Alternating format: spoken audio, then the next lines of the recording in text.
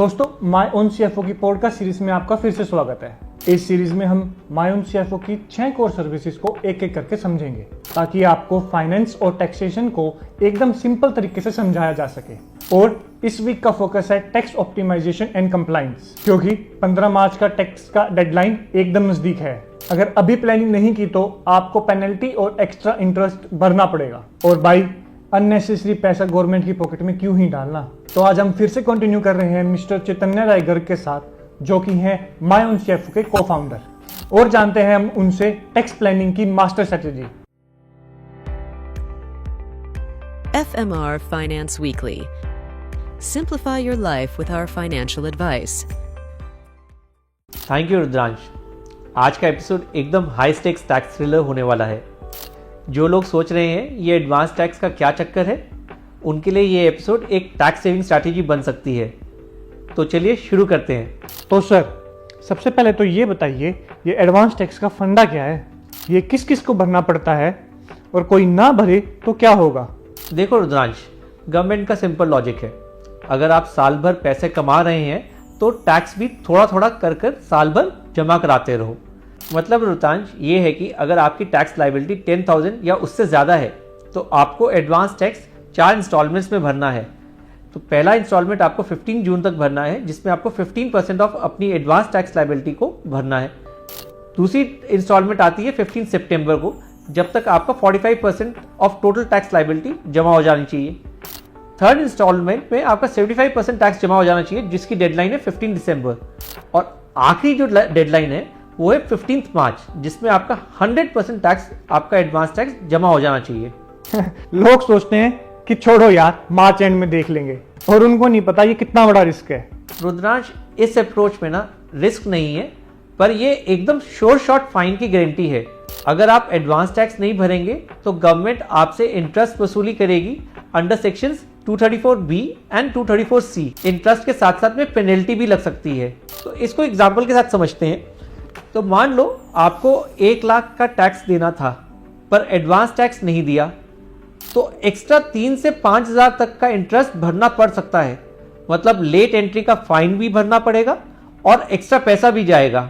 अगर यही 5,000 आप किसी एफडी या सिप में इन्वेस्ट कर देते तो आपको रिटर्न भी मिलता, पर अब ये सारा पैसा वेस्ट हो जाएगा। इसका कोई फायदा तो है नहीं। इससे अच्छा तो एडवांस टैक्स भरो, टाइम पे भरो और इस फाइन को सेव कर लो। ओके सर, ओके, समझ गया।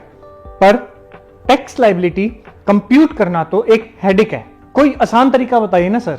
देखो रुद्रांश, टैक्स कैलकुलेशन ऐसे मत सोचो जैसे x = y + z divided by confusion squared का फॉर्मूला है और उसको सिंपली सॉल्व कर दिया। हम अपने एक्सपीरियंस और एक्सपर्टाइज के साथ आपकी एकदम सही एक्यूरेट कंप्यूटेशन करके देते हैं। हम आपकी salary slips, investments, HRA, standard deductions या और कोई डिडक्शन जो आपने मिस कर दी हो, उसको सही से एनालाइज करके आपकी सही टैक्स कंप्यूटेशन करके देते हैं। अगर आप फ्रीलांसर्स हो या बिजनेस ओनर्स हो तो आपका पूरा सही प्रॉफिट एंड लॉस अकाउंट बना के उस पर सारे एक्सपेंस, इनकम को ठीक से मैप करके, जो TDS कटा हुआ है, GST का इम्पैक्ट सब चेक करते हुए आपकी कंप्यूटेशन ड्रॉप होगी।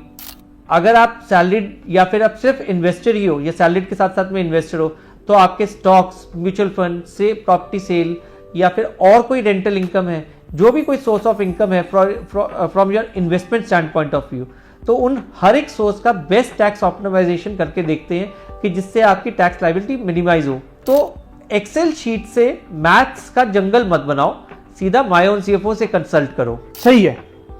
पर सर, एक टर्म मैंने सुनी है, टैक्स हार्वेस्टिंग। ये क्या है? क्योंकि सुनने में तो सर ये काफी स्मार्ट लग रहा है। वेल, टैक्स हार्वेस्टिंग टैक्स 2.0 का एक नया और बहुत इवॉल्व वर्जन है। मान लो आपने एक स्टॉक मार्केट में 5 लाख रुपए लगाए। अब आपने जो वो इन्वेस्ट किए वो ग्रो होके 6.25 लाख बन गए। आपको 1.25 लाख रुपए का प्रॉफिट हो गया। अब आप अगर सारी गेन्स को एक साथ बुक कर लेते हैं तो टैक्स लगेगा, पर टैक्स हार्वेस्टिंग का मैजिक यही है कि आप सिर्फ 1.25 लाख तक का प्रॉफिट बुक करो, जो कि LTCG की टैक्स एग्जेम्पशन लिमिट में आता है, और फिर सारे सेम शेयर्स वापस खरीद लो। मतलब इन्वेस्टमेंट भी वापस हो गया और टैक्स भी बचा लिया।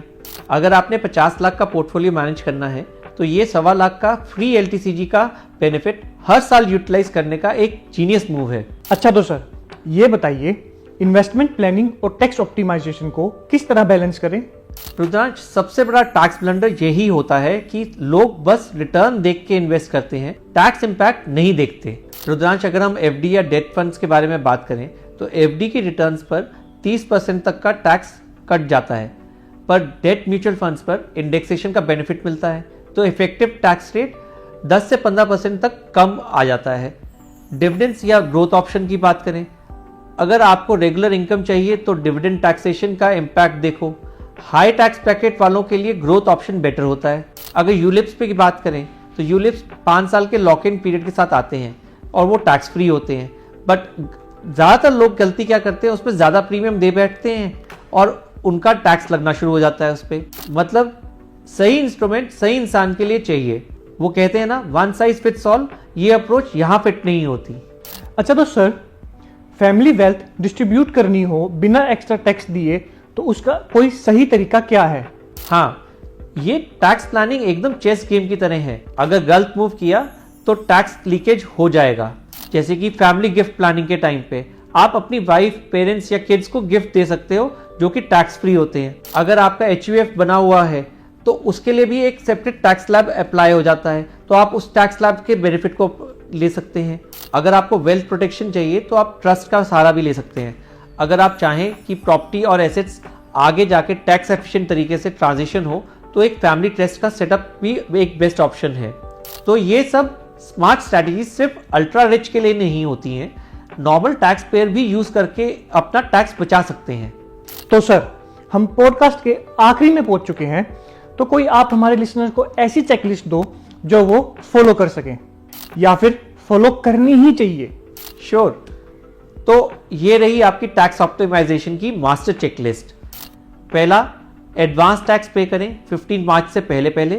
टैक्स हार्वेस्टिंग का फायदा उठाएं, माय ओन CFO के टैक्स एक्सपर्ट के साथ कनेक्ट करके अपना टैक्स लायबिलिटी को हार्वेस्ट करें।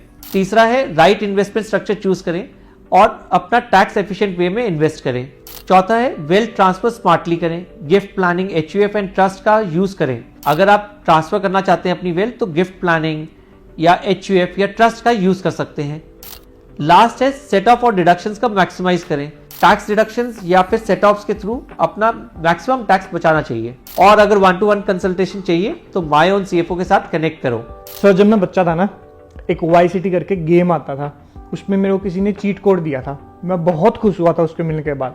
उसी तरीके का चीट कोड आपने मेरे को आज दिया है टैक्स प्लानिंग का। तो sir, thank you so much. मैं उतना ही खुश हूँ आज भी। अगले पॉडकास्ट में तो हम और भी डीप डाइव करेंगे और एक नए एंगल से करेंगे। अगले पॉडकास्ट में हम बात करेंगे फाइनेंशियल मैनेजमेंट की। दोस्तों, आज हमने advance tax harvesting, investment structuring और कंप्लाइंट ऑप्टिमाइजेशन के बारे में एकदम ताबड़तोड़ डिस्कशन किया है। अगर ये एपिसोड आपको इंसाइटफुल लगा तो एक काम जरूर करें, ये जो सर ने स्ट्रेटेजीज बताई हैं अपनी रियल लाइफ में इंप्लीमेंट करें, क्योंकि सही टैक्स प्लानिंग का मतलब है ज्यादा सेविंग और ज्यादा सेविंग का मतलब है ज्यादा वेल्थ क्रिएशन। तो बस नोटिफिकेशन ऑन कर लो और माय ओन CFO की पॉडकास्ट सीरीज को फॉलो करना ना भूलो। मिलते हैं नेक्स्ट एपिसोड में, जिसमें आपके फाइनेंसेस को नेक्स्ट लेवल तक ले जाने के लिए पूरा रोड मैप मिलेगा। Till then, take smart, invest wise.